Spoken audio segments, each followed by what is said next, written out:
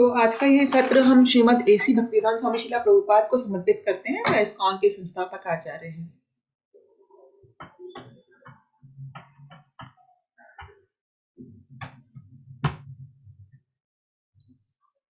इसके बाद में अपने गुरु महाराज परम पूज्य गोपाल कृष्ण गोस्वामी महाराज और परम पूज्य राधानाथ स्वामी महाराज को भी प्रणाम करती हूँ। हम लोग अध्याय 9 पर हैं। ठीक है। जैसे कि आप लोगों को पता है कि भक्ति योग के अंतर्गत ये 6 अध्याय आते हैं। तो हमने भगवत ज्ञान और भगवत प्राप्ति अभी कर दिया है और आज हम जो करेंगे वह अध्याय 9 है। उसका शीर्षक है परम गुह्य ज्ञान। इसके बाद श्री भगवान का ऐश्वर्य, विराट रूप और भक्ति योग। तो इस प्रकार ये भाग 2 भगवत गीता का 6 अध्याय में विभाजित है। परम गुह्य ज्ञान। इस अध्याय 9 को हमने 4 सब सेक्शंस में डिवाइड किया है। पहला सेक्शन है 1 से 3 श्लोक। इसमें भगवान कृष्ण उस ज्ञान का गुणगान करते हैं जिसे वह प्रकट करने जा रहे हैं। मतलब किस ज्ञान का? जो कि परम और गुह्य है, ऐसे ज्ञान का गुणगान कर रहे हैं। 1 से 3 के बीच में 4 से 10 में भगवान बताएंगे कि भगवान के ऐश्वर्यों के बारे में और भगवान कृष्ण का इस संसार से क्या संबंध है। तो इस प्रकार हम ये देखेंगे।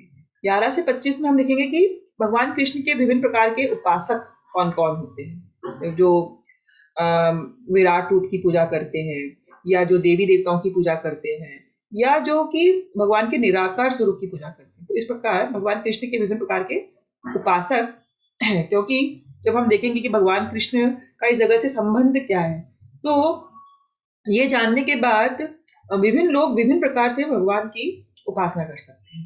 तो उसके विषय में है। और आखिर में इन सब की उपासना के बारे में बताने के बाद भगवान अपनी भक्ति की महिमा को बताते हैं 26 से 34 में। तो आज हम श्लोक नंबर 1 से 3 करने जा रहे हैं। भगवत गीता में ज्ञान की गुह्यता, इसको हम कैसे समझ सकते हैं?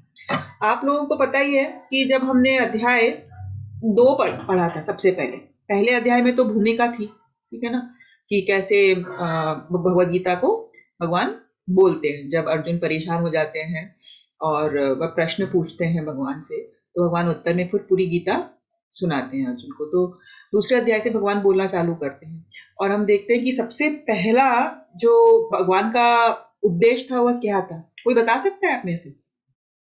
सबसे पहला उपदेश भगवान ने क्या दिया था भगवत गीता में?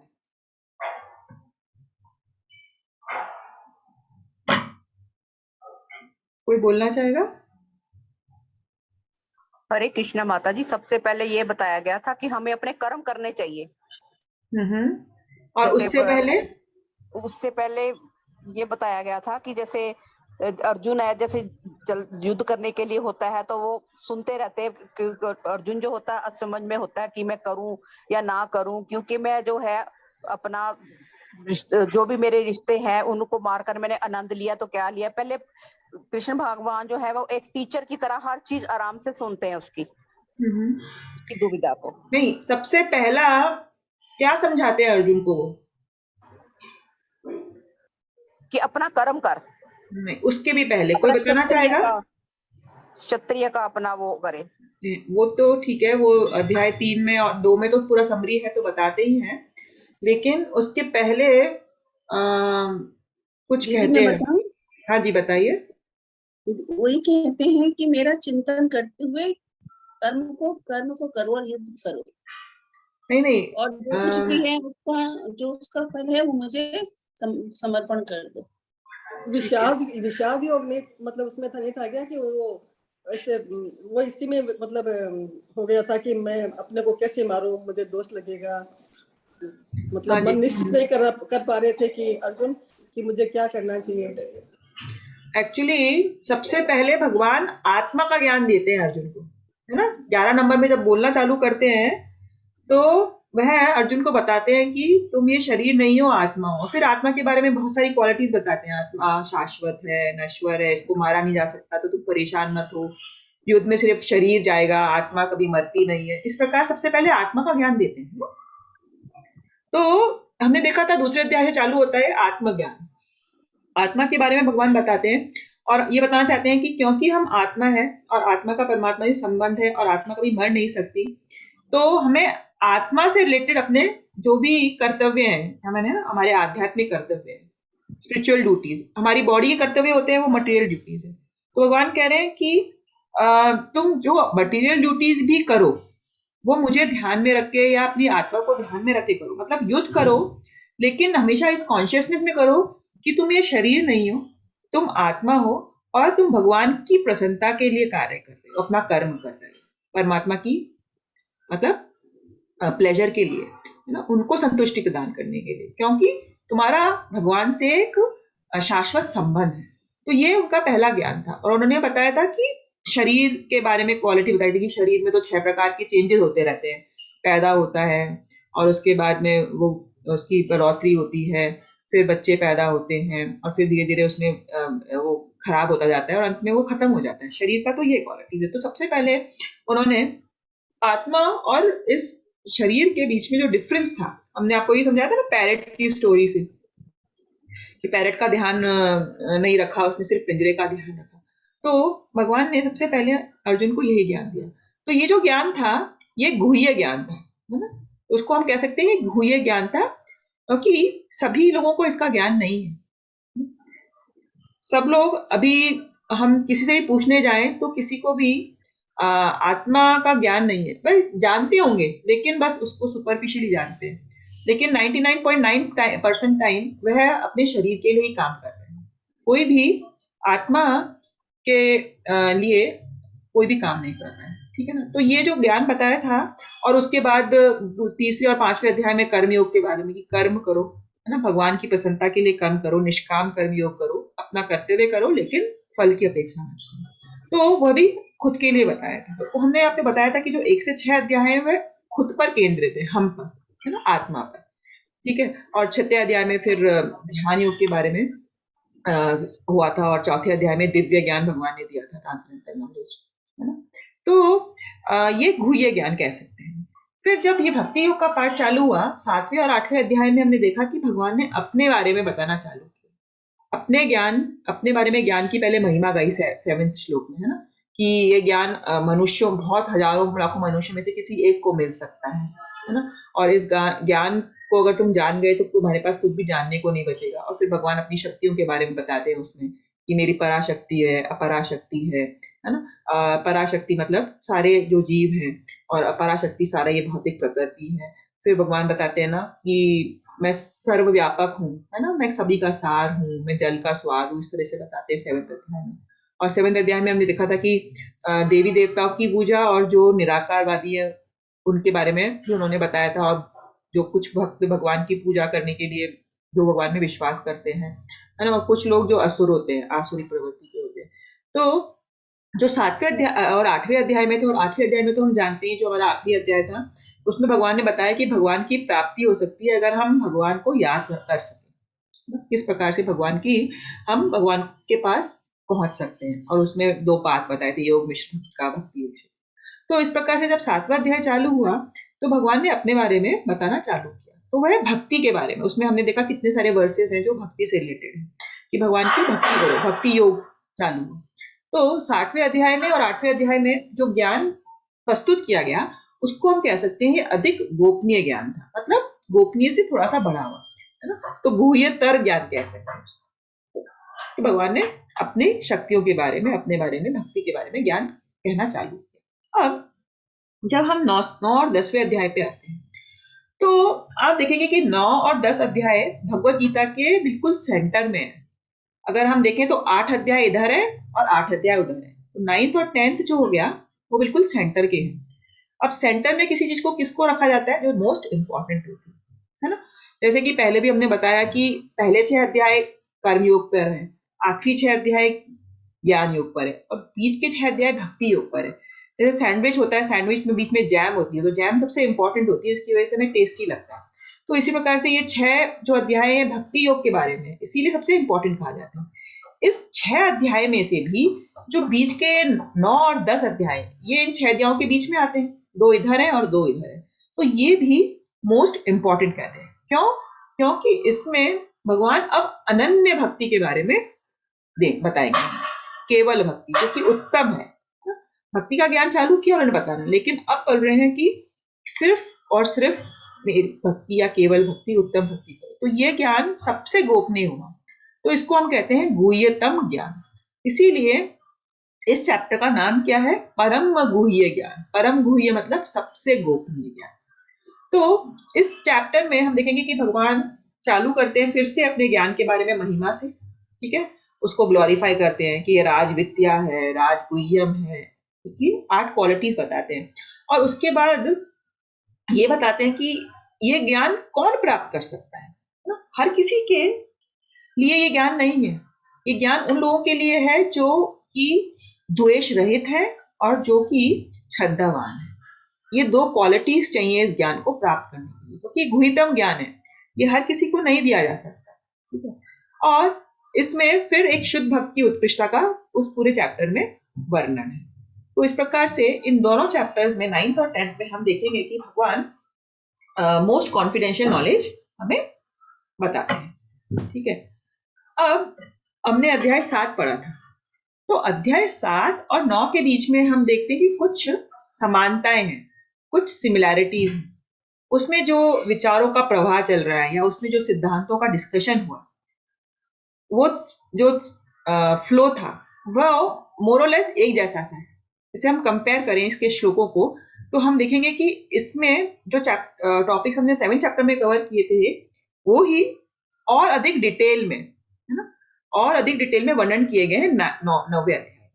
तो इसकी सिमिलैरिटीज को भी हम आपको बताना चाहते हैं। जैसे कि आप में से अगर किसी को याद है तो 7th चैप्टर जब चालू होता है तो भगवान कहते हैं मय्या सक्ता मना पार्थ योगम उज्जम मदाश्रय, है ना, यथागास्यसि तच्छृणु। तो उसमें कहते हैं भगवान सुनो, ठीक है, और कि इस ज्ञान को प्राप्त करके तुम मुझसे अटैच हो सकते हैं और तुम्हारे सारे संशय दूर हो सकते हैं।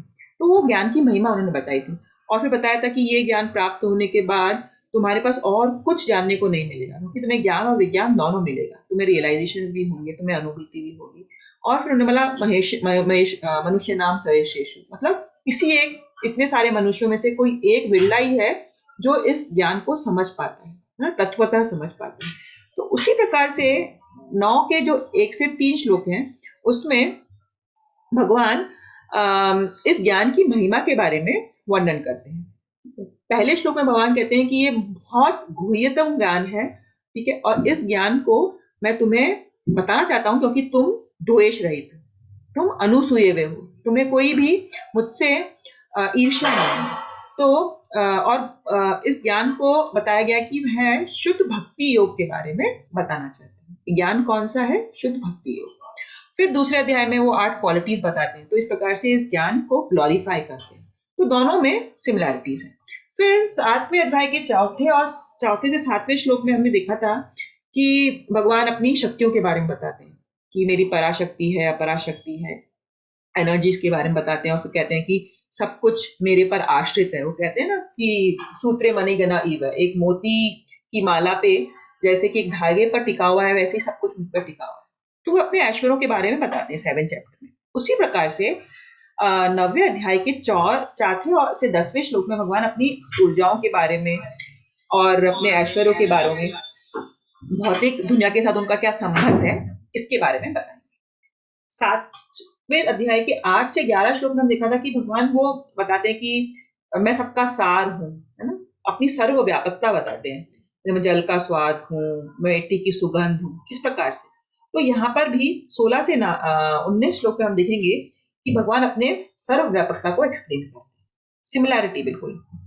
20 से 23 में हमने देखा था कि भगवान देवी पूजा के बारे में, देवता पूजा के बारे में एक्सप्लेन करते हैं 7वें अध्याय में। इस चैप्टर में भी 20 से 28 में देवता पूजा और कृष्ण की पूजा की तुलना फिर से की, और आखिर में 24 से 26 में हमने देखा था कि निराकारवादी का एक्सप्लेनेशन दिया था भगवान ने, है ना, निराकारवादी कैसे भगवान की पूजा करते हैं और उनकी तुलना की। तो इस अध्याय में भी 11 से 15 के बीच में इसका वर्णन है, निराकारवादी कैसे होते हैं और भक्त कैसे होते हैं, तो इसकी तुलना। तो हम देखेंगे कि इन दोनों चैप्टर्स में जो टॉपिक्स कवर हुए थे वो मोर और लेस सेम है, बस ये अंतर है कि यहाँ पर हम उनको और डिटेल में समझेंगे, सिमिलर टॉपिक्स को। इसीलिए ये 7वां और 9वां अध्याय, जैसे कि हमने आपको बताया था ना, तीसरा और 5वां अध्याय। तीसरे अध्याय में क्या टॉपिक था? कर्म योग, ठीक है ना। और 5वां क्या था? कृष्णा भावना भावित कर्म। तो वो है थर्ड का ही एक्सपेंडेड फॉर्म था, 5th चैप्टर। उसमें हमने निष्काम कर्म योग के बारे में डिटेल में पढ़ा। इसी प्रकार से जो जो टॉपिक 7th में कवर हुए उसको हम डिटेल में इस 9th चैप्टर में पढ़ेंगे, ठीक है। तो आगे हम देखते हैं। आज श्लोक 1 से 3 ही कवर करेंगे क्योंकि बहुत इंपॉर्टेंट श्लोक है। भगवान कृष्ण इसमें उस ज्ञान का गुणगान करते हैं जिसे वह प्रकट करने जा रहे हैं। आप में से कोई पढ़ेगा? इस श्लोक का ट्रांसलेशन भी है और एक तरफ श्लोका भी है। हरे कृष्णा। हरे कृष्ण। द्वेष रहित रहने से भक्ति का ज्ञान और कृष्ण का साक्षात्कार होता है। श्री भगवान वाच इदेतुत्तमा प्रक्ष्यता सूत्यते। भगवान के परम व्यक्ति तब ने कहा कि मेरे प्रिय अर्जुन, क्योंकि तुम मुझसे कभी ईर्ष्या नहीं करते, मैं तुमसे यह सबसे गोपनीय बात करूंगा। ज्ञाना विज्ञान संहिता। शुद्ध भक्ति का ज्ञान, कृष्ण के बारे में सुनना, उनकी महिमा का जप करना, उनका स्मरण करना और उनकी सेवा करना आदि, जो मेरी प्रत्यक्ष प्राप्ति में परिणत होता है। यह ज्ञानता मोक्ष शुशुभाता, जिसे जानकर आप सभी दुखों से मुक्त हो जाएंगे। श्री भगवान ने कहा कि हे अर्जुन, क्योंकि तुम मुझसे कभी ईर्ष्या नहीं करते, इसलिए मैं तुम्हें यह परम गुह्य ज्ञान तथा अनुभूति बताऊंगा, जिसे जानकर तुम संसार के सारे क्लेशों से मुक्त हो जाओगे। हरे कृष्णा। धन्यवाद माता जी। हरे कृष्ण। तो अब ये जब चालू होता है चैप्टर तो भगवान उवाच, आप क्या डिफरेंस देखेंगे कि ज्यादातर चैप्टर्स क्वेश्चन से चालू होते हैं।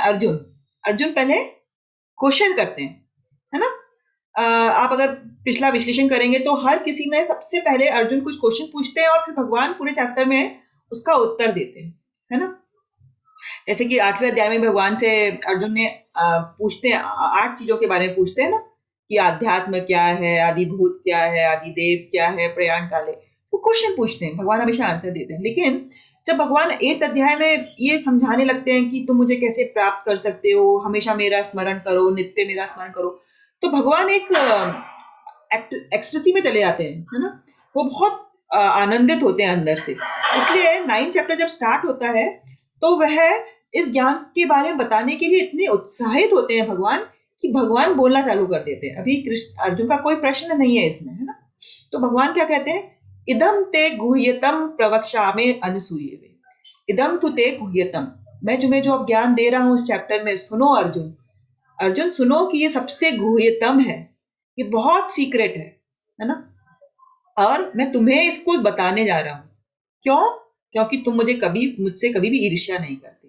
तो अनुसूयवे का मतलब होता है जो द्वेष रहित, ज्ञान विज्ञानम सहित। भगवान कह रहे हैं कि मैं सिर्फ ज्ञान नहीं दूंगा। आपको पहले ही पता है, हमने ज्ञान और विज्ञान का डिफरेंस 7th चैप्टर में किया था। ज्ञान का मतलब क्या होता है कि कोई थ्योरेटिकल नॉलेज हमें मिल जाए, है ना, जैसे हम थ्योरी करते हैं साइंस में। लेकिन जब तक हम उस थ्योरी को प्रैक्टिकल करके देखते नहीं है तो हमें अंदर से उसकी अनुभूति नहीं हो सकती, रियलाइजेशंस नहीं हो सकते। तो हो सकता है बहुत जो ज्ञानवान लोग होते हैं, जो वेदों को पढ़ते हैं, है ना, उन लोगों को ज्ञान तो हो जाए, लेकिन क्योंकि वो प्रैक्टिस नहीं करते भक्ति योग को, तो क्या होता है, वह रियलाइजेशन से वंचित रह जाते हैं। उनको अनुभूति नहीं हो पाती कि इस ज्ञान को जब हम अप्लाई करेंगे हमारी जिंदगी में, है ना, तो वो विज्ञान बन जाएगा, वो प्रैक्टिकल हो जाएगा। और जब हम उसको अप्लाई करेंगे तो हम बहुत खुश हो सकते हैं, आनंद में रह सकते हैं, और इससे बड़ा हमें कोई भी संतुष्टि नहीं मिल सकती। तो भगवान कह रहे हैं कि मैं ये ज्ञान भी बताऊंगा और विज्ञान बताऊंगा तुम्हें। तो अब भगवान हमें रियलाइजेशन कैसे दे सकते हैं? रियलाइजेशन तो हमें खुद को आना चाहिए, अनुभूति तो हमें खुद को होती है किसी भी चीज की। जैसे कि आप लोगों में से बहुत लोग अभी जप करना चालू किया, है ना, पहले नहीं करते हैं जप। तो जब कोई नया भक्त जप करना चालू करता है तो उसे कुछ अंदर से संतुष्टि मिलती है, उसको रियली में कुछ आनंद की प्राप्ति होती है, इसीलिए तो वह नेक्स्ट डे भी उसे कंटिन्यू कर पाता है ना।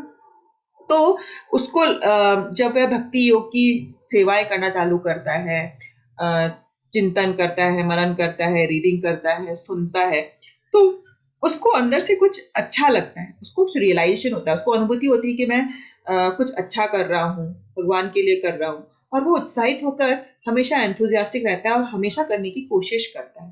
तो यही रियलाइजेशन है, ठीक है ना। तो रियलाइजेशन तो हमें खुद को आना है। हम किसी को बहुत कुछ बोले कि ये करना चाहिए, ये करना चाहिए, ये करना चाहिए, लेकिन जब तक वो इंसान नहीं करेगा, उसको उसके बारे में अनुभूति नहीं होगी। फॉर एग्जाम्पल, अगर हम किसी को गुलाब जामुन के बारे में समझाएं कि गुलाब जामुन बहुत मीठा होता है, वह गोल होता है, वह मावे से बनता है, ये होता है, ठीक है, उसको हमने नॉलेज तो दे दी, लेकिन क्या नॉलेज देने से उसको गुलाब जामुन का टेस्ट पता चल जाएगा? उसको टेस्ट पता नहीं चलेगा जब तक कि वह उस गुलाब जामुन को खा नहीं ले, ठीक है ना। तो उसी प्रकार से यही डिफरेंस ज्ञान और विज्ञान में है। ज्ञान जरूरी है, लेकिन उसको हमें रियलाइज करना भी बहुत जरूरत है, और भगवान हमें वो रियलाइजेशन कराने में मदद करते हैं।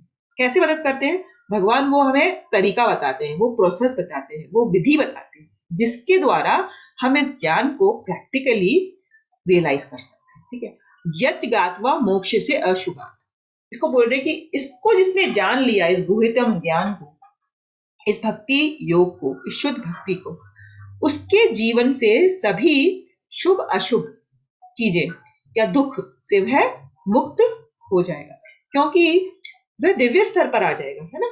वो जब हमने बहुत बार पढ़ा है कि हमें मोड ऑफ जो भी हमारा ये इग्नोरेंस का, पैशन का या गुडनेस का मोड है ना, जो भी कहते हैं तमस, रजस और सत्व, उससे हमें ऊपर उठना है। तब हम न तो सुख में बहुत ज्यादा खुश हूं और न दुख में बहुत ज्यादा दुखी हूं।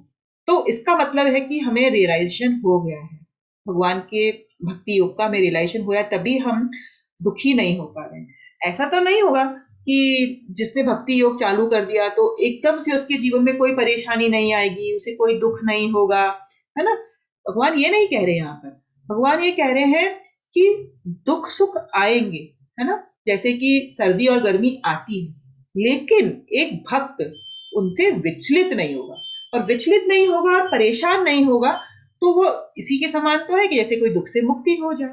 जब हम किसी परेशानी से इतने परेशान नहीं होंगे क्योंकि हमने भगवान की शरण ले रखी है, तो ऑटोमेटिकली वह दुख हमें दुख ही नहीं लगेगा। तो यहाँ पर यह कहा जा रहा है, यहाँ पर यह नहीं कहा जा रहा है कि आपके जीवन से दुखों की समाप्ति हो जाएगी, आपको कभी कोई परेशानी नहीं होगी, नहीं, लेकिन उसको सामना करने की आप में शक्ति आ जाएगी। तो हे अर्जुन, क्योंकि तुम मुझसे कभी ईर्ष्या नहीं करते, इसलिए मैं तुम्हें ये परम गुह्य ज्ञान तथा अनुभूति को बतलाऊंगा, जिसे जानकर तुम संसार के सारे कलुषों से मुक्त हो जाओगे, ठीक है। तो भगवान ने जैसे कि पिछले अध्याय में कहा था कि ये जो संसार है ये दुखालयम है, ठीक है। हमें ज्ञान तो हो गया कि हाँ ये दुखालयम है, ठीक है, लेकिन इसकी अनुभूति कैसे होती है? जब हमें सच्ची में रियलाइजेशन होता है, हाँ, कि इस जग में पद पद पर विपदा हमारा इंतजार कर रही होती है ना, बहुत दुख है।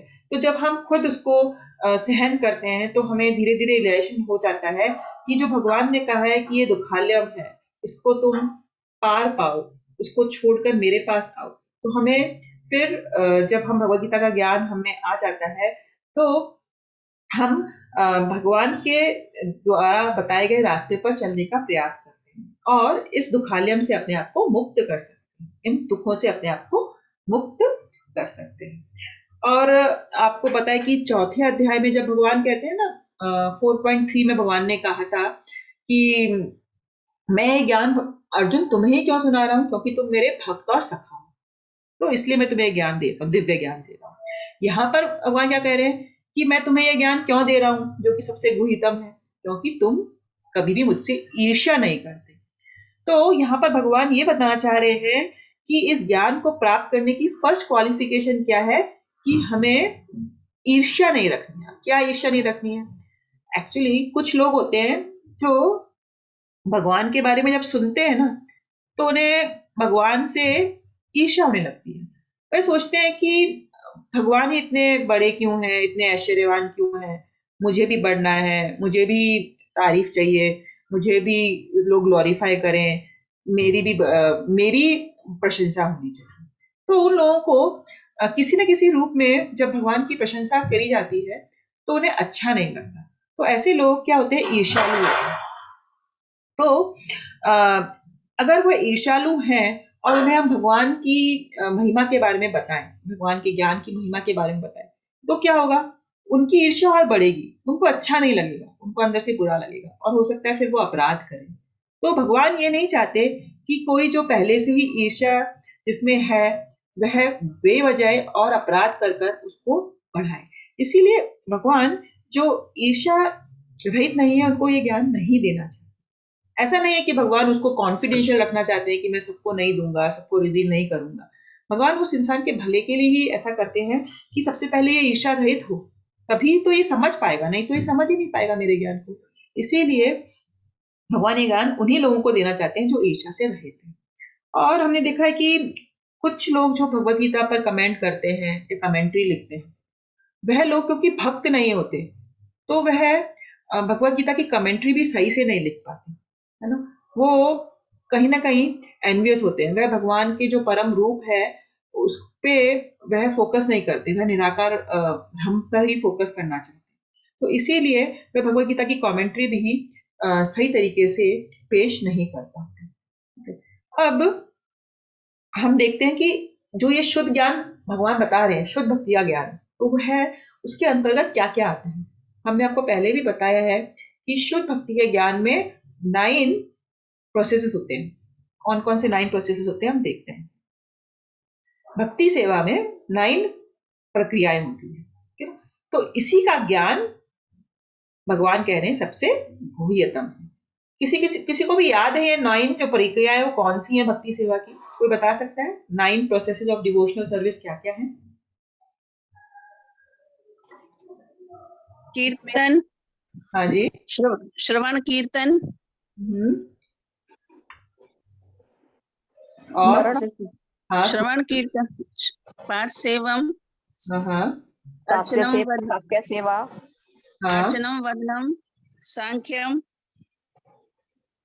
ठीक है, और आत्मसमर्पणम। आत्मनिवेदन, ठीक है। तो आप लोगों को ज्यादातर याद है। तो यही 9 प्रक्रियाएं हैं भक्ति सेवा की, जिसके बारे में भागवतम में भी वर्णन मिलेगा। और किसी ने ये 9 प्रक्रिया करने का प्रयास किया तो उसकी सफलता निश्चित है। यही सबसे गुहितम ज्ञान है। ये जो 9 प्रक्रियाएं हैं डिवोशनल सर्विस, ये डिवोशनल एक्टिविटीज हैं, इनको कर कर हम हमारा प्रेम भगवान की तरफ बता रहे हैं। तो ये श्लोक भागवतम में प्रहलाद महाराज बोलते हैं। भागवतम के 7वें जो स्कंद है उसके 5वें अध्याय का ये 23 और 24 श्लोक है। श्रवणम कीर्तनम विष्णु स्मरणम पाद सेवनम अर्चनम वंदनम दास्यम साख्यम आत्मनिवेदनम। तो इसमें श्रवण आता है जो कि अभी हम सब लोग कर रहे हैं। कीर्तनम मतलब भगवान के गान की महिमा को ग्लोरीफाई करना, भगवान के बारे में बोलना, प्रीचिंग करना और साथ में जप करना, तो ये भी कीर्तनम में आता है। तो ये भक्ति सेवा की प्रक्रिया है। जब हम श्रवण करते हैं, कीर्तन करते हैं तो क्या होगा, हमारे हृदय का शुद्धिकरण होता है, ठीक है। जब हमारे हृदय का शुद्धिकरण होता है तो हमारे हृदय में जो भी भौतिक कल्मश है, वह क्या होता है, दूर हो जाता है ना, और हमें आनंद की अनुभूति होती है। तो इसीलिए इन भक्ति योग की प्रक्रियाओं का बहुत ज्यादा महत्व है। फिर स्मरणम तो भगवान ने 8वें अध्याय में, आप लोगों को पता ही है, भगवान ने स्मरण पर कितना इंपॉर्टेंस दिया है। भगवान ने क्या है कहा, always remember me, never forget me. और अंत समय में जिसने मुझे याद कर लिया तो उसे मेरी प्राप्ति होगी, मेरे धाम की प्राप्ति होगी। अंत काले च मामेव स्मरण मुक्ता कलेवरम, है ना। यम यम व्यापी स्मरण भाव, जो अपनी मृत्यु के समय जिस चीज को याद करता है उसे वही चीज मिल जाती है। तो स्मरण तो कितना इंपॉर्टेंट हुआ। और हम स्मरणम कब कर पाएंगे, जब हम श्रवणम और कीर्तन करेंगे। तो ये सब लिंक्ड है आपस में। ऐसा नहीं है कि हमें ऑटोमेटिकली मृत्यु के समय भगवान की याद आ जाएगी, या हम श्रवण नहीं करेंगे, कीर्तन नहीं करेंगे और हम भगवान को याद रख सकेंगे। नहीं, जिस चीज पर हम कंटेम्पलेट करेंगे, सोचेंगे, उसी चीज को तो हमेशा याद रख पाएंगे। जैसे कि उदाहरण के तौर पर जब किसी बच्चे का एग्जाम है तो उसको 24 आवर्स उस एग्जाम की ही स्मरण रहता है, उसको सारे क्वेश्चंस याद आते रहेंगे, आंसर्स याद आते रहेंगे, क्योंकि उसका फोकस क्या है वहां पर उस वक्त कि मुझे उस एग्जाम में पास होना है। तो उसी प्रकार से अगर हमारा फोकस भगवान की भक्ति बन जाए तो हम कंटिन्यूअसली उसके बारे में सोच सकते हैं। लेकिन अगर हमारा फोकस कुछ और है जीवन में तो हम भगवान का स्मरण नहीं कर पाएंगे, हम उसकी तरफ प्रयास नहीं करेंगे। तो जब हमें एग्जाम देना है तो हमें उसकी पढ़ाई करनी होगी। तो हमें अगर भगवान को मृत्यु के समय याद करना है तो श्रवण कीर्तन करना पड़ेगा। और श्रवण कीर्तन के साथ साथ क्या करना है, पाद सेवनम। पाद सेवनम मतलब कुछ भी प्रकार की प्रैक्टिकल सेवाएं। प्रैक्टिकल सेवाएं क्या होती हैं, जैसे कि हम मंदिर जाते हैं कभी, तो मंदिर जाते हैं तो वहां पर हमने देखा कि बहुत सारे भक्त हैं वह प्रसाद की सेवा करते हैं, मतलब प्रसाद वितरण करते हैं, या कुछ लोग मंदिर की सफाई करते हैं, या कुछ लोग देखते हैं कि जूता चप्पल स्टैंड पर लोगों को हेल्प कर रहे हैं, पानी पिला रहे हैं, कुछ भी प्रकार की सेवा, या भगवान की माला बना रहे हैं। तो हम किसी प्रकार की भी सेवा करते हैं तो वो भक्ति में काउंट होती है। फिर अर्चनम करते हैं, मतलब अर्चना मतलब हम डेटी वर्शिप करते हैं, विग्रहों की सेवा करते हैं, है ना, पूजा करते हैं, उनको वस्त्र दिलाते हैं, नहलाते हैं, तो ये सब हो गया। वंदना मतलब हम प्रेयर्स ऑफर करते हैं। ऐसा नहीं है कि हम मंदिर में जाते हैं तो भगवान को ग्लोरीफाई करते हैं। वंदना मतलब भगवान को ग्लोरिफिकेशन करना, भगवान को धन्यवाद देना, है ना। जैसे कुंती महारानी की प्रेयर्स आती हैं भागवतम में। कुंती महारानी भगवान से प्रार्थनाएं करती हैं कि आप हमेशा, हमें मुश्किल आती रहे ताकि हम हमेशा आपको याद कर सके। ऐसे ही हमारी भी कुछ प्रार्थनाएं हो सकती है भगवान से। दास्य मतलब एक दास के रूप में भगवान की हमेशा सेवा कर सकते हैं, भगवान के भक्तों की सेवा कर सकते हैं, तो ये भी भक्ति योग के अंतर्गत आता है। साख्यम जैसे कि अर्जुन भगवान के सखा थे, तो हम सखा के रूप में भी भगवान से अपना रिश्ता बना सकते हैं। और आत्मनिवेदनम का मतलब होता है कि हमारा सब कुछ हम भगवान को सरेंडर कर दें, जैसे कि बलि महाराज ने वामन देव को सरेंडर कर दिया। तो ये 9 प्रक्रिया है जो कि भक्ति योग की है, और यही सब को समझना माता और जी अपने नवधा जीवन में भक्ति है ना, उतारना, ये नवधा भक्ति का ही है ना अपने सारा। जीवन में उतारना, उसी को हम कहते हैं गुह्यतम ज्ञान। तो इदम ते गुह्यतम ज्ञान। तो प्रभुपाद क्या कहते हैं, ये गुह्य ज्ञान क्या है, ये गुह्य ज्ञान ये 9 प्रक्रियाएं हैं, मतलब पूरा भक्ति योग इसमें इंक्लूडेड है। इस भक्ति योग का ज्ञान ही सबसे गुह्यतम ज्ञान। तो इस प्रकार से ये श्लोक में हम समझ सकते हैं। अब भक्तों के साथ संग करके जब हम भगवान के नामों का जाप करते हैं तो क्या होता है, संग से हमारा प्योरिफिकेशन होता है।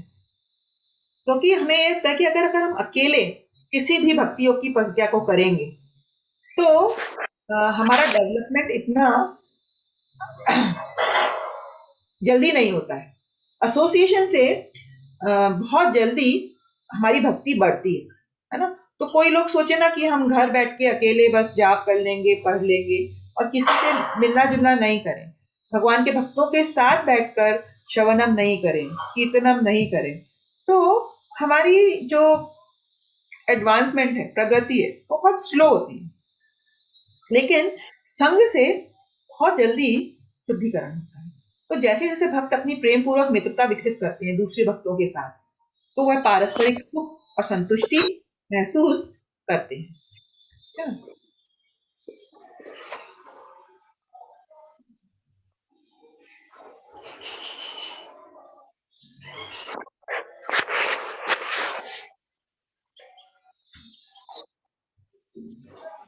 और इस प्रकार एक दूसरे को प्रोत्साहित करके वे भौतिक इंद्रिय तृप्ति को त्यागने में सक्षम होते हैं, जो सभी दुखों का कारण है। तो जब दूसरा भक्त एक दूसरे को प्रोत्साहित करेगा, उसको एंकरेज करेगा, कभी कभी हो सकता है कि वह हमारी गलती भी निकाले, लेकिन वह गलती भी इस उद्देश्य से निकालता है कि हम प्रगति करें, आध्यात्मिक प्रगति करें, तो हमें उसका बुरा नहीं मानना है। तो इसमें देखा गया है कि भक्ति योग करने के लिए हमें संघ की आवश्यकता होती है, और संघ बहुत इंपॉर्टेंट होता है। ये भागवतम के 11वें स्कंद के 3रे अध्याय का 30वां श्लोक है।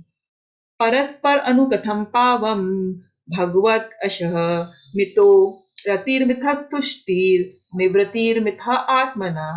तो हम जब संग में आकर कुछ भी भक्ति योग की प्रक्रिया करते हैं, चाहे वो श्रवणम हो, कीर्तनम हो, पाद सेवनम हो, अर्चनम हो, हमें हमेशा ग्रुप में करने से ज्यादा फायदा होता है। कोई भी एक्टिविटी हमने देखा है, बच्चों ने भी महसूस किया है कि जब वो अकेले पढ़ते हैं और एक ग्रुप में पढ़ते हैं तो डिस्कशन होता है तो उनको ज्यादा लाभ होता है।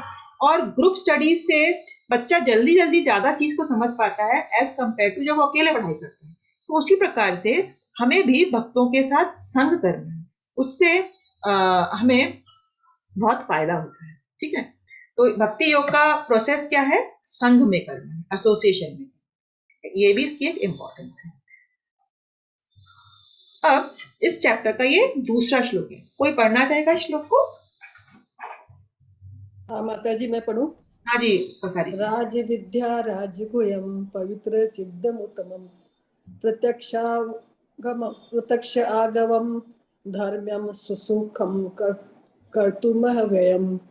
यह ज्ञान सब विद्याओं का राजा है, जो समस्त रहस्यों में सर्वाधिक गोपनीय है। यह परम शुद्ध है और चूंकि यह आत्मा की प्रत्यक्ष अनुभूति कराने वाला है, अतः यह धर्म का सिद्धांत है। यह अविनाशी है और अत्यंत सुखपूर्वक संपन्न किया जाता है। धन्यवाद। तो इस चैप्टर का ये दूसरा अध्याय है। हमने आपको बताया ना कि इस सेक्शन में 1 to 3 में भगवान इस ज्ञान की महिमा को बता रहे हैं, गुह्यतम ज्ञान की। ये गुह्यतम ज्ञान क्या है और इस गुह्यतम ज्ञान को कौन प्राप्त कर सकता है, ये 3 चीज इसमें डिस्कस हुई है। और ये ज्ञान प्राप्त करने के बाद क्या होता है, हमने पहले श्लोक में देखा था ना, मोक्ष से अशुभात। मोक्ष से अशुभात मतलब सभी दुखों से मुक्ति हो जाती है।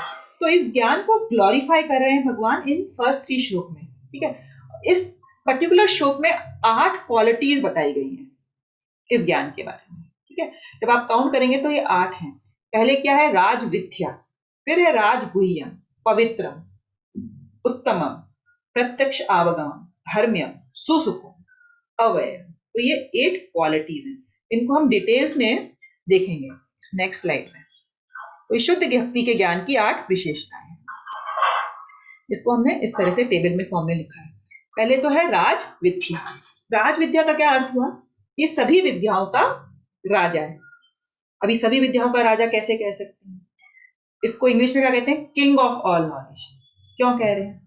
क्योंकि हम आपको बताते ही हैं कि भगवत गीता क्या है, सभी जो भी शास्त्र है उनका, सब जो भी हमारे स्क्रिप्चर्स उनका एसेंस है, उनका सार है। ठीक है, और भगवत गीता का क्या सार है?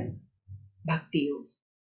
तो क्योंकि ये सभी का सार है, एसेंस है, इसीलिए किसी भी प्रकार की जो भी नॉलेज हम गेन करें, चाहे हम वेद पाठ पढ़ें, कुछ भी दर्शन शास्त्र, मतलब कि बहुत सारे फिलॉसफीज आई हैं। पुराने जमाने में बहुत सारे फिलोसफर्स होते थे, वे बहुत सारे अपनी फिलॉसफीज देते थे, जैसे कपिल मुनि ने दी है ना, गौतम मुनि ने दी। तो लोग उनको फिलॉसफीज को पढ़ते हैं, लेकिन जब व्यास देव ने वेदांत सूत्र दिया हमें, तो वेदांत सूत्र का सार क्या है? क्योंकि ये पूरी जो भी स्क्रिप्चर्स हैं, दर्शन शास्त्र हैं, सारी फिलॉसफीज हैं, उनका एसेंस डाला है वेद व्यास ने। और भगवान कृष्ण भी कहते हैं कि सभी वेदों का जो सार हूं वह मैं हूं, है ना, 15 चैप्टर में भगवान कहेंगे, है ना। तो भक्ति योग ही सभी दर्शन शास्त्र, सभी विद्याओं का सार है, इसीलिए इसको राज विद्या कहा गया है। ठीक है, ये मोस्ट इंपॉर्टेंट नॉलेज है। आजकल हम देखते हैं कि इस इंपॉर्टेंट नॉलेज को देने के लिए कोई भी विश्वविद्यालय नहीं है। ठीक है, बहुत सारी यूनिवर्सिटीज हैं ऑल ओवर वर्ल्ड हमारी, लेकिन वो सभी हमें क्या पढ़ाएंगी? या तो फिजिक्स के लिए केमिस्ट्री है ना, मैथ्स है, इंजीनियरिंग कॉलेज है, डॉक्टर की कॉलेज है ये, लेकिन आत्मज्ञान देने के लिए कोई भी विश्वविद्यालय नहीं बना है, जबकि ये सबसे इंपॉर्टेंट नॉलेज है, इसको राज विद्या कहा गया है। फिर भी इसलिए कोई भी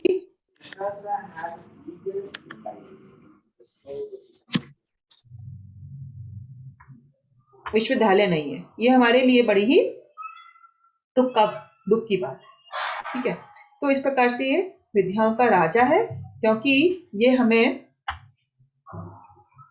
सबसे उच्चतम उद्देश्य भगवान की प्राप्ति में मदद करता है। फिर राजगुह्यम, इसके बारे में तो हमने आपको बताया ही है कि ये सभी रहस्यों का राजा है, ये गुह्यतम ज्ञान है। और ये गुह्यतम ज्ञान क्यों है? क्योंकि गुह्य ज्ञान भगवान ने बताया कि हम आत्मा है, पदार्थ नहीं है। फिर भगवान ने अपने बारे में बताया, गुह्यतर ज्ञान, भक्ति के बारे में बताया। लेकिन इस चैप्टर में केवल भक्ति के बारे में बता रहे हैं, इसीलिए ये गुह्यतम है और किंग ऑफ ऑल सीक्रेट्स है। और ये सीक्रेट क्या है? ये सीक्रेट ये है कि जब कोई जान जाएगा कि हम आत्मा हैं और हम शरीर से अलग हैं, तो हम आत्मा से रिलेटेड अपनी सारी गतिविधियां करेंगे। और हमें पता ही है कि आत्मा शाश्वत है, उसका कभी नाश नहीं होता। तो जब आत्मा इतनी शाश्वत है और हमेशा सक्रिय रहती है, हमेशा एक्टिव रहती है, हमने बोला, तो और मरने के बाद भी ये आत्मा दूसरे शरीर को धारण करती है, तो उस शरीर में भी एक्टिव रहती है। और अगर ये ट्रांसेंडेंटल बॉडी, दिव्य शरीर को मिलता है अपने कार्य के लिए, तो ये भगवान की सेवा अनंत काल तक करती रहती है उनके परम धाम में। तो जो आत्मा है वह अपनी एक्टिविटीज को कभी छोड़ती नहीं, शरीर छोड़ देता है, लेकिन आत्मा इतनी सक्रिय है कि उसकी एक्टिविटीज शरीर को छोड़ने के बाद भी जन्म जन्मांतर तक चलती रहती है। अगर फॉर एग्जाम्पल, अगर ये शरीर, आत्मा क्योंकि नहीं मरती है, तो उसने दूसरा शरीर ले लिया, तो उसकी फिर से एक्टिविटीज चालू हो जाती है। और अगर उसने शरीर छोड़कर दिव्य शरीर प्राप्त कर लिया है, तो भगवान की सेवा में हमेशा एक्टिव रहती है। तो जो ये जान जाता है कि आत्मा का मूल स्वरूप है जीवेरे स्वरूप होए नित्य कृष्ण दास, कि हम भगवान के नित्य दास हैं, तो यह ज्ञान ही सबसे गुह्य है, भक्ति योग का ज्ञान, शुद्ध भक्ति का ज्ञान। ठीक है। फिर इस ज्ञान के बारे में फिर से बताया गया कि ये बहुत पवित्र है, परम शुद्ध है, क्योंकि ये सारे भौतिक कलमश से हमें शुद्ध कर देती है। हम लोग बहुत से कार्य करते हैं और कुछ हमारे पाप कर्म होते हैं। ठीक है। इस जगत में इतने सारे लोग हैं जो हर पल कुछ ना कुछ पाप की गतिविधियां करते हैं। अब पाप की जब गतिविधियां कर देते हैं, तो हमने सुना ही है कि हर एक्शन का कुछ ना कुछ रिएक्शन होता है। तो जब हम कुछ पाप कर्म करते हैं, तो हमें उसका फल भुगतना पड़ता है। कहते हैं ना, बुरे कर्म करोगे तो बुरे फल को भुगतना पड़ेगा। तो जो पाप कर्म हम करते हैं, तो अब भी कोई प्रश्न पूछता है कि अभी तो मैं इतनी भक्ति कर रहा हूं, तो फिर मुझे ये दुख क्यों मिला? या कोई जन्म से ही किसी को कोई प्रॉब्लम होती है, बीमारी होती है, या किसी के परिवार में किसी की मृत्यु हो जाती है, या कोई बहुत सुंदर है, या कोई बहुत गरीब है, कोई अमीर है, तो कोई सोचता है कि ऐसा डिफरेंसेस क्यों है? ऐसा डिफरेंसेस इसीलिए है कि किसी ने अगर कोई पाप कर्म किया है, तो उसका रिजल्ट वो इस शरीर में या इस जन्म में भुगत रहा है। तो हो सकता है कि पिछले किसी जन्म में उसने कोई पाप किया हो, जिसका फल उसे अभी मिल रहा है। तो ये जो पाप कर्म होते हैं, ये दो तरह के होते हैं। एक तो होते हैं प्रारब्ध कर्म और अप्रारब्ध कर्म। प्रारब्ध क्या होता है? प्रारब्ध मतलब जो कि अभी हम भुगत रहे हैं, ऑलरेडी वो फ्रक्टिफाई हो गए। और अप्रारब्ध मतलब जो अभी तक हमें मिले नहीं है, जो पाप कर्म हम कर चुके हैं, लेकिन उसका फल अभी तक हमने भुगता नहीं है, लेकिन आने वाले समय में हम भुगतेंगे, उसको कहते हैं अप्रारब्ध कर्म। ठीक है। तो कई बार कैसे होता है कि अभी जो कुछ हमें जीवन में मुश्किल हो रही है, तो वो हमने जो पाप किया वो भुगत रहे हैं। लेकिन क्या है, इस जीवन को जीते हुए भी तो हम कंटिन्यूअसली कुछ ना कुछ पाप कर रहे हैं, उस पापों का फल हम भुगतेंगे। तो वह जब भुगतेंगे, तो तब वो प्रारब्ध बन जाएगा, लेकिन अभी वो छिपा हुआ है, अनमैनिफेस्टेड, उसको हम कहते हैं अप्रारब्ध। और ये कर्म के अलावा भी क्या होता है कि हमारे मन में कुछ पाप हम कर नहीं रहे, लेकिन कुछ टेंडेंसी होती है, डिजायर होती है हमारे मन में, तो वो उसको हम कह सकते हैं कि वह बीज के रूप में अभी है। अभी तो सिर्फ वो डिजायर उत्पन्न हुई है, तो बीज के रूप में पाप कर्म हमारे अंदर अभी है। तो इस प्रकार से इन पाप कर्मों को हम डिफाइन करते हैं। और जो ये पाप कर्म है, यहाँ ये कहा जा रहा है कि जब कोई भक्ति करने लगता है, शुद्ध भक्ति करने लगता है, तो ये शुद्ध भक्ति इतनी पवित्र है, इतनी शक्तिशाली है, इतनी पोटेंट है कि इसके बल से हमारे चाहे प्रारब्ध कर्म हो, बीज रूप में हो, चाहे अप्रारब्ध कर्म हो, सभी को ये नष्ट कर सकती है ना। हमारे सिंस को ये रोक सकती है, और जो हमारी पाप करने की जो इच्छा है, उसको भी ये धीरे धीरे खत्म कर देती है। तो और ऐसा है कि हमें करते रहना होगा, करते रहना होगा, करते रहना होगा। तो जब हम करते रहेंगे तो इसकी पवित्रता के कारण, शुद्धता के कारण हमारा हृदय शुद्ध होता चला जाएगा और हमारे पाप करने की जो प्रवृत्ति है उसी का नाश हो जाएगा, है ना। जैसे कि कहा गया है कि गंगा में हम लोग स्नान लेते हैं, लोग कहते हैं ना पाप धोने के लिए गंगा जी में स्नान ले लो, पाप धुल जाएंगे सारे। लेकिन गंगा जी में स्नान लेने से पाप धुल गए सपोज, लेकिन पाप करने की प्रवृत्ति नहीं जाती, ठीक है ना। वो इंसान बाद में वापस बाहर आएगा क्योंकि उसमें डिजायर अभी भी है तो पाप कर सकता है। लेकिन जब हम भक्तों के संग में भक्ति करते हैं तो वो भक्ति इतनी पवित्र है, इतनी पोटेंट है कि उस भक्ति के इफेक्ट से हमारे पाप करने की जो प्रवृत्ति है उसका भी अंत हो जाता है। और जब पाप करने की प्रवृत्ति का ही अंत हो जाएगा तो हम सारे भौतिक कलमशे से अपने आप को शुद्ध कर सकते हैं। तो ये इतनी पवित्र है। फिर कहा गया है कि ये उत्तम है। उत्तम मतलब यह ट्रांसीडेंटल है, दिव्य है। ये हमने बार बार आपको बताया कि जो ये जगत क्या है, अज्ञान से भरा हुआ है, अंधकार से भरा हुआ है, लेकिन भक्ति इस जगत की नहीं है, ये दिव्य है, ट्रांसीडेंटल है, इसीलिए इसको कहते हैं उत्तम, ठीक है। फिर प्रत्यक्ष आवागम। प्रत्यक्ष आवागम मतलब आत्मा की प्रत्यक्ष अनुभूति कराने वाला है। मतलब कि इस ज्ञान से क्या होगा, इस ज्ञान से हमें रियलाइजेशन होगा, हमें अनुभूति होगी। तो हमें जब अनुभूति हो जाएगी तो हम बड़े ही प्रसन्न मन से इस अभ्यास को, इस जो प्रोसेसेस हैं हमने आपको बताया भी 9 प्रोसेसेस, उसको हम करते रहते हैं।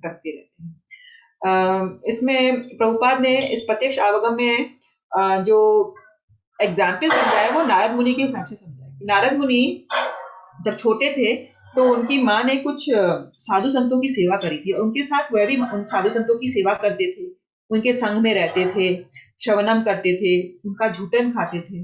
तो उनको कोई ज्ञान नहीं था, ना वेदों का ज्ञान था। वे तो एक सर्वेंट के बेटे थे, है ना। उनकी माँ आया थी तो जो घर घर जाके काम करती थी, उनको कोई वेद का नॉलेज नहीं है, वह कोई स्टडी नहीं कर रहे, वो कोई जाप नहीं कर रहे। सिर्फ उन्होंने क्या करा, उन्होंने सिर्फ साधु संतों की सेवा करी, उनके साथ संग किया और उस संग से उन्हें सब रियलाइजेशन हो गए अपने आप। उन्हें ज्ञान हो गया कि आत्मा हूं और आत्मा की जो मेन काम है वह है भगवान की सेवा।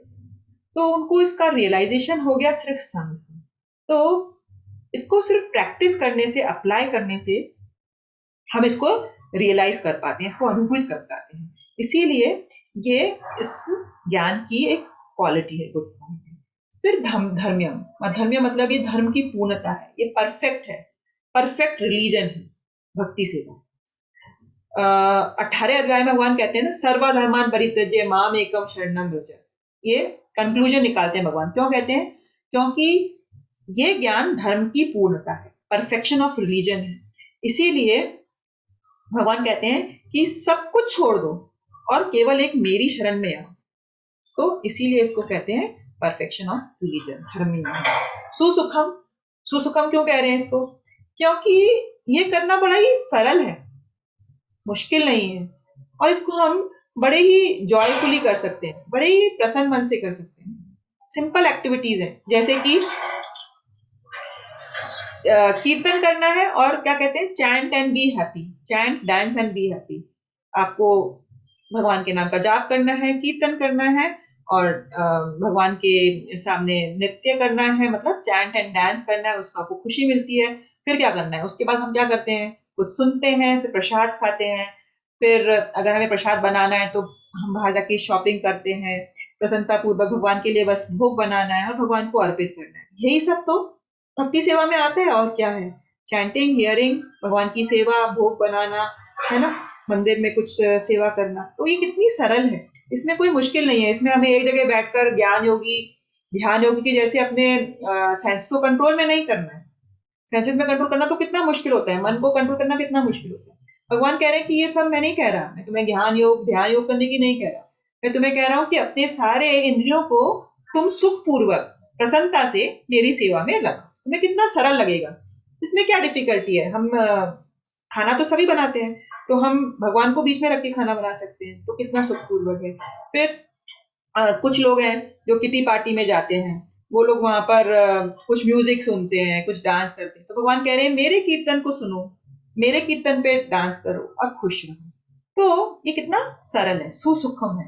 भक्ति करना बहुत सरल है। जो सरल है उसके लिए बहुत सरल है, लेकिन जो कॉम्प्लेक्स है, जिसके मन का अभी भी शुद्धिकरण नहीं हुआ है, तो उसे बहुत कॉम्प्लेक्स लगता है, बहुत डिफिकल्ट लगता है कि ये रेस्ट्रिक्शंस हैं इसमें, ये है वो है। लेकिन भगवान खुद कह रहे हैं कि ये सुसूक्ष्म है, इसको बड़ा ही सुखपूर्वक संपन्न किया जा सकता है। और अवयम, अवयम है इसका मतलब क्या है, लास्ट जो क्वालिटी है कि इसका कभी नाश नहीं होगा, इनएग्जॉस्टिबल है ये, इन चिरस्थायी है, शाश्वत रहेगा, अविनाशी है। और ऐसा क्यों है? क्योंकि ये भौतिक जगत का नहीं है, ये ज्ञान भौतिक गुणों से परे है, तो इसका कभी डिस्ट्रक्शन नहीं होगा। हमने भगवत गीता में बार बार सुना है कि जिसने थोड़ी भी भक्ति करी है, अगर 10% भक्ति करी है, तो नेक्स्ट लाइफ में वो 11% से चालू करेगा, क्योंकि इस ज्ञान का, इस भक्ति योग का, भक्ति की सेवा का कभी भी ह्रास नहीं होता, इसका कभी भी नष्ट नहीं होता। तो इस प्रकार से इस श्लोक में यह 8 विशेषताएं बताई गई है, और ये इंपॉर्टेंट श्लोक है। आप में से कोई इसको याद भी करना चाहेंगे तो बड़ा इजी है ये। राजविद्या राजगुह्यम पवित्रमिदम उत्तमम प्रत्यक्ष आवगम धर्म्यम सुसुखम कर्तुम अव्ययम। बड़े ही आसानी से आप इसको याद कर सकते हैं, और जब हम इसे क्वालिटीज को याद करेंगे, हम चिंतन करेंगे, तो हम इसे अपने लाइफ में अप्लाई करने का भी प्रयास करेंगे। ये 9.3 आज का आखिरी श्लोक है। इसमें कोई पढ़ना चाहेगा इस श्लोक को? दीदी मैं पढ़ूंगी इसे। हाँ जी, आप पढ़िए मधुर जी। अश्रद्धे धानः पुरुषा धर्मस्य आस्य परन्तपः अप्राप्य मां निर्वर्तन्ते मृत्यु संसार वर्तमनि। हे परंतप, जो लोग भक्ति में श्रद्धा नहीं रखते वे मुझे प्राप्त नहीं कर पाते, अतः वे इस भौतिक जगत में जन्म मृत्यु के मार्ग पर वापस आते रहते हैं। भगवत गीता 9.3। धन्यवाद। तो अभी हमने देखा ना कि भगवान ने सबसे पहले क्या बताया कि हमें ईर्ष्या रहित होना है, तो भगवान ये ज्ञान हमें देंगे। अब इसमें क्या बता रहे हैं कि श्रद्धा रखनी है। श्रद्धा नहीं है तो क्या हम भक्ति कर पाएंगे? श्रद्धा भी बहुत इंपॉर्टेंट है। तो इस ज्ञान को प्राप्त करने की दूसरी क्वालिटीज बता रहे हैं कि श्रद्धा रखनी है, और जो लोग भक्ति में श्रद्धा नहीं रखते वे मुझे नहीं पा सकते। भगवान ने डिक्लेयर कर दिया कि श्रद्धा के बिना मेरी प्राप्ति संभव नहीं है। अश्रद्धाधान पुरुष धर्मस्य परंतप अप्राप्य माम निर्वतन्ते, वो मुझे प्राप्त नहीं करेगा, और मृत्यु संसार वर्तमनि, इस जन्म मृत्यु के मार्ग पर वापस उसे लौटकर आते रहना है। तो फेथ पे हम डिस्कस करते हैं अब इसमें, क्योंकि श्रद्धा वर्ड बहुत इंपॉर्टेंट है, भगवान ने खुद ने डिक्लेयर किया। आप सभी जानते हैं कि अविश्वासी कृष्ण को प्राप्त नहीं कर सकते। अब सपोज आप कोई भी अपनी गतिविधि करते हैं तो आपको विश्वास होता है, फेथ होता है किसी में, तभी तो आप वो गतिविधि करते हो। तो भक्ति में श्रद्धा की इंपॉर्टेंस क्यों नहीं होगी? फॉर एग्जाम्पल, अगर हम किसी ट्रेन या बस में बैठते हैं तो हमें ये फेथ होता है ना कि मैंने टिकट लिया है तो ये बस और ट्रेन मुझे मेरे गंतव्य तक पहुंचाएगी। उस फेथ को रख के ही तो हम उस ट्रेन में चढ़ते हैं, बस में चढ़ते हैं। अगर हमें फेथ नहीं होगा, हम डाउट करते रहेंगे कि मैं बैठूं या नहीं बैठूं, बैठूं या नहीं बैठूं, या ये ड्राइवर अच्छा है या नहीं, इसको ट्रेन चलाना आता भी या नहीं। वो आप ट्रेन के ड्राइवर के पास जाके पूछो कि तुमने कितनी ट्रेन पहले चला रखी है, कभी कोई एक्सीडेंट तो नहीं किया। इतना डाउट रखोगे तो क्या ट्रेन में चढ़ पाओगे? नहीं। हम अपने किसी भी फेथ के कारण हम चढ़ते हैं और हम सक्सेसफुल होते हैं। सिमिलरली कोई नाई के पास जाके अपना बाल कटवाने जाता है तो उसको इतना विश्वास या भरोसा तो होता है ना कि ये जो नाई है मेरा गला नहीं काटेगा, अपने उस्तरे से बाल ही काटेगा। उस विश्वास के साथ हम उसके सामने अपना सिर रख देते हैं ना। तो छोटी छोटी चीजों में भी श्रद्धा का इतना महत्व है। तो जो भक्ति उत्तम है, उत्तम भक्ति के लिए श्रद्धा क्यों नहीं चाहिए होगी? श्रद्धा तो बहुत इंपॉर्टेंट है उसके लिए, है ना। तो भगवान कह रहे हैं कि श्रद्धा से ही भक्ति का प्रारंभ होता है, और जो लोग श्रद्धा नहीं रखते वे मुझे प्राप्त नहीं कर सकते। तो भक्ति के प्रगतिशील चरण होते हैं। आप में से किसी को याद है ये 9 स्टेप्स हैं? जब हम भक्ति करते हैं ना तो श्रद्धा से चालू होता है, लेकिन श्रद्धा से फिर वो आगे बढ़ता जाता है। किसी को कोई स्टेप याद है इसमें से? कोई बताना चाहेगा? भक्ति के बाद मतलब श्रद्धा के बाद कौन सा स्टेप आता है प्रगतिशील चरण में, स्टेजेस में, स्टेप्स में? भक्ति के बाद क्या होगा? किसी को याद है ये 9 स्टेजेस? मैं आपको हिंट देती हूँ। भक्ति के बाद एंड में भाव और प्रेम तक जाता है ये। तो बीच के स्टेजेस किसी को याद है? ये पहले भी हमने स्लाइड्स पढ़ी हैं। देखिए, श्रद्धा होती है पहले। श्रद्धा मतलब विश्वास, आत्म प्राप्ति की इच्छा, हमारे मन में कुछ फेथ डेवलप होता है। आप लोगों को विश्वास है, फेथ है भगवत गीता में, इस प्रोसेस में, तभी तो आप रेगुलरली क्लास अटेंड करते हैं। अगर आप में हाँ जी, प्रेम भी हो, सब प्रेम भी होना चाहिए। और प्रेम एंड में, इसमें 9 स्टेजेस आती हैं। तो हमने आपको समझाया था कि सबसे पहले श्रद्धा से चालू होता है। कोई भी आप गतिविधि करते हो, है ना, आप लोग इस क्लास को ज्वाइन कर रहे हो या आप लोग जाप करना चालू करते हो, तो आप में कुछ बेसिक फेथ तो चाहिए ना पहले। अगर कोई श्रद्धा नहीं है तो हम वो काम नहीं करते ना, चालू ही नहीं करेंगे, ठीक है ना। ध्यान भी तो होना चाहिए, ध्यान। हाँ, तो श्रद्धा करी, तो सबसे पहले हमने इच्छा करी, है ना। उसके बाद जब हमारी इच्छा होती है कि हमें भक्ति में आगे बढ़ना है, हमें विश्वास होता है इस प्रोसेस में, भक्ति योग की जो प्रक्रिया है उसमें जब हमारा विश्वास जागृत होता है, श्रद्धा जागृत होती है, तो हम साधु करते हैं। साधु संग मतलब जो हमारे नेचर की लोग हैं उनके साथ हम संग करेंगे। जैसे कि उदाहरण के तौर पर किसी को शराब पीने की आदत है, ठीक है, उसको शराब पीने से खुशी मिलती है, तो अब वो क्या करेगा, वो ऐसे लोगों को ढूंढेगा जो शराब पीते हैं, ठीक है ना, तो वह संग करेगा लेकिन शराबियों का। सिमिलरली जिसमें भगवान की श्रद्धा जागृत हुई वो साधु संग करेगा, वह दूसरे भक्तों के साथ संग करने का कोशिश करेगा, जो लोग उसकी तरह सोचते हैं, जो लोग विश्वास रखते हैं कि भगवान के नाम का जप करने से मेरी आध्यात्मिक प्रकृति होगी, जिन लोगों को ये विश्वास है कि हम आत्मा है, शरीर नहीं है, तो ऐसे लोगों के साथ वो साधु संग करना चाहेगा। तो साधु संग करने से क्या होगा? साधु संग करने से वह फिर भजन क्रिया करता है। भजन क्रिया मतलब जो हम सब अभी कर रहे हैं, ये जो 9 चीजें हैं ना, ये सब हम कर रहे हैं। श्रवणम, कीर्तनम, पाद सेवनम, सेवा करना, भगवान के अर्चनों की सेवा करना, मतलब अर्च विग्रहों की सेवा करना, फिर प्रेयर्स ऑफर करना, तो ये सब आता है भजन क्रिया के अंदर, प्रोसेस के अंदर। तो भक्ति सेवा की दीक्षा साधना, जो हम साधना करते हैं ना, हम कहते हैं ना आपको आपकी साधना बहुत अच्छी होनी चाहिए। आपकी साधना बहुत अच्छी होनी चाहिए मतलब जप, श्रवणम और पढ़ना, भगवत गीता पढ़ना, भागवतम पढ़ना, ये 3 तो बहुत इंपॉर्टेंट है। तो ये क्या है? भजन क्रिया, आपकी साधना, नित्य साधना, डेली हमें ये सब एक्टिविटीज करनी होगी टाइम निकाल के। तो जब हम श्रद्धा आई, हमने साधु संग किया, उससे हमने फिर भजन क्रिया करना प्रारंभ किया, तो क्या होता है? हमारे अनर्थ की निवृत्ति होती है, हमारा शुद्धिकरण होता है। हमें देखा है ना कि जब हम कोई घर गंदा होता है तो जब हम सफाई करने आते हैं बहुत गंदे घर को, तो धूल मिट्टी और बढ़ जाती है बहुत ज्यादा। ऐसा क्यों होता है? क्योंकि हमारे जो भी अंदर के अनर्थ हैं वो और निकल के आते हैं, उभर के आते हैं। लेकिन धीरे धीरे जब हम कंटिन्यूअसली सफाई करते रहेंगे, मतलब भजन क्रिया करते रहेंगे, तो हमारे अनर्थों से हमें छुटकारा मिलने लगता है। धीरे धीरे हमारे अनर्थ कम होते हैं। कैसे अनर्थ कम होते हैं? जैसे किसी को बहुत गुस्सा आता है तो फिर वो सोचेगा मैं गुस्सा क्यों कर रहा हूँ, मैं तो भगवान का भक्त हूँ, तो वह अपने आप को कंट्रोल करने की कोशिश करेगा। कोई और पाप करने की कोशिश करता है, कोई बुरी आदत है, तो धीरे धीरे उसको कंट्रोल करने की शक्ति मिलेगी, तो हमारी अनर्थों की निवृत्ति होना प्रारंभ होती है। तो ये नेक्स्ट स्टेज है। ज्यादातर क्या होता है, हम स्टेज पे अटक जाते हैं क्योंकि हम सारे अनर्थों से अपने आप को मुक्त नहीं कर पाते।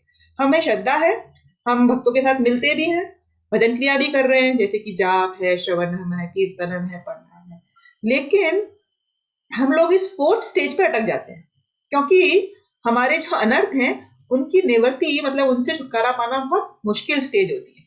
तो हम इसको क्रॉस करने में ही हमेशा स्ट्रगल करते रहते हैं, है ना, ये बहुत मुश्किल स्टेज होती है। तो ज्यादातर भक्त लोग इस स्टेज पर आकर अटक जाते हैं। भौतिक आसक्ति। अनर्थ से क्या मतलब दीदी? अनर्थ मतलब जो भी हमारे बुरे हैबिट्स हैं, जैसे कि गुस्सा आना, ये लोभ मोह, है ना, पाप जी लोभ मोह ग्रीड एनवी कहते हैं ना, जी जी मात्सर्य, भौतिक आसक्ति, ये सब जी इनको जी अनर्थ कहा गया है ना। जी तो इनसे मुक्ति इसी स्टेज पर आकर हम अटक जाते हैं, क्योंकि इसी पे हम स्ट्रगल करते रहते हैं। हम सोचते हैं कि हम जाप कर रहे हैं लेकिन मेरा गुस्सा तो कम नहीं हो रहा, मैं अभी भी पाप करने की प्रवृत्ति रहती है, मैं अभी भी कभी कभी टीवी देखने की इच्छा होती है। तो हमें भौतिक आसक्ति से मुक्ति मिलना मुश्किल हो जाता है, चाहे हम भजन क्रिया भी कर रहे हैं। लेकिन इसका यह अर्थ नहीं है कि हम भजन क्रिया पर विश्वास छोड़ दें। हमें प्रोसेस को करते रहना है और एक दिन पूरी तरीके से सफाई हमारे अनर्थों की हो जाएगी, ये विश्वास होना चाहिए।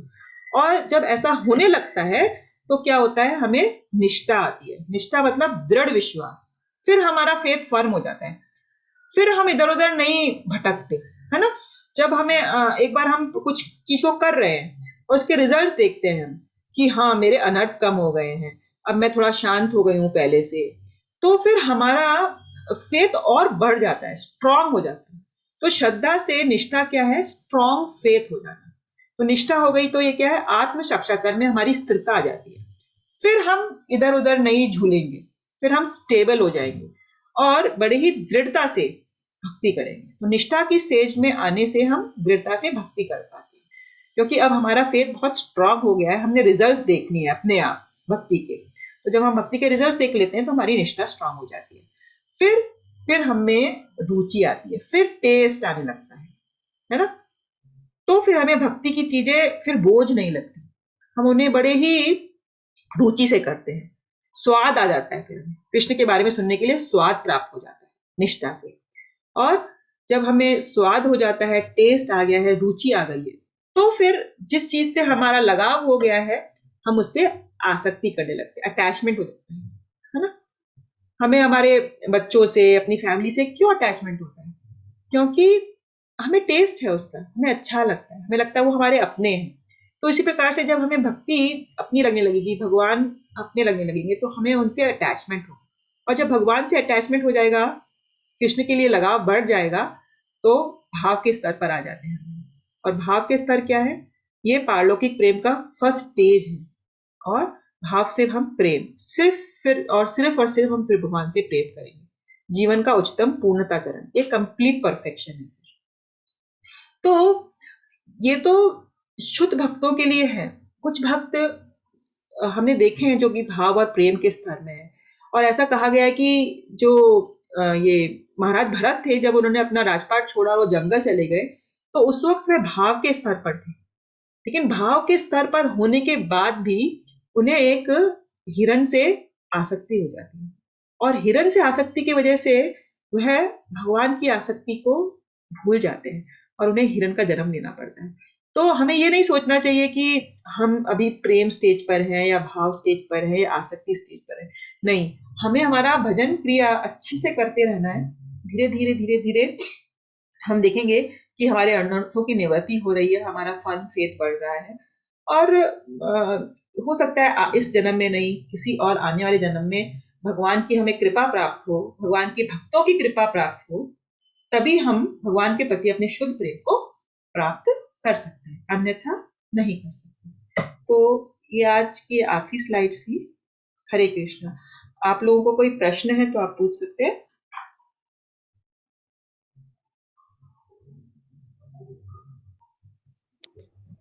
दीदी इसमें आपने प्रेम लास्ट में बताया, लेकिन जब प्रेम होगा दीदी तभी तो श्रद्धा आएगी, तभी निष्ठा होगा, तभी भजन करने का मन करेगा। हाँ हाँ, तो नहीं प्रेम तो पहले ही एक्चुअली होना देखो, चाहिए भगवान से। प्रेम ठीक है। प्रेम क्या होता है, अभी हमें भगवान से क्या एक्सक्लूसिव प्रेम है, हम कह सकते हैं बिल्कुल फर्म उससे कि भगवान के अलावा मुझे किसी और चीज से प्रेम नहीं है। मैं निरंतर 24 hours by 7 सिर्फ भगवान का चिंतन स्मरण कर रही हूँ। और प्रेम मतलब भगवान के अलावा आपके मन में कोई ख्याल ही नहीं है, कुछ भी और आप एक्टिविटी नहीं कर रहे हो, जो कार्य कर रहे हो हर पल। और ठीक है, भगवान के प्रति प्रेम इतना आसान नहीं है ना। हम जो भौतिक प्राणी हैं, हम लोग सोच सकते हैं कि प्रेम है तभी तो हमें श्रद्धा होगी, भक्ति और निष्ठा होगी, भजन क्रिया होगी। हम उसके प्रोसेस में हैं अभी, ठीक है ना। शुद्ध प्रेम के स्तर पर हम अपने आप को अपनी नहीं समझ सकते। हाँ, एक बेसिक श्रद्धा, बेसिक प्रेम, बेसिक झुकाव लगाव तो चाहिए होगा, तभी हम आगे बढ़ेंगे।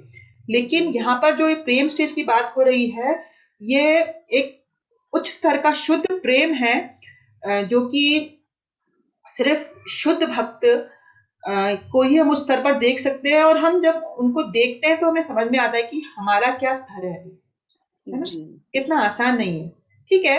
एक बेसिक अटैचमेंट तो जरूरी है। ये सभी स्टेजेस धीरे थोड़ी थोड़ी मात्रा में हमें होंगी, तभी हम आगे बढ़ते हैं, है ना। थोड़ी आसक्ति है हमें, थोड़ा लगाव है, थोड़ी रुचि है, तभी तो हम कर रहे हैं, है ना। नहीं तो हम क्यों करेंगे, हमें टेस्ट नहीं आएगा तो हम कुछ भी नहीं करेंगे ना भक्ति का। तो थोड़ी थोड़ी मात्रा में सभी चीजें हैं, लेकिन अभी 100% नहीं है, जी जी ठीक है ना। तो इस प्रकार जी। से। दूसरी बात दीदी, हरे कृष्णा चैनल शुरू हुआ है, बहुत ही अच्छा, हम तो उसको देखते हैं, तो क्या उसको देखना ठीक है या नहीं? चालू हुआ है। हरे कृष्णा चैनल शुरू हुआ है ना अभी। देखो हमारे पास तो टीवी नहीं है, लेकिन हरे कृष्णा चैनल, एक तो हरे कृष्णा टीवी कर इसमें आता है,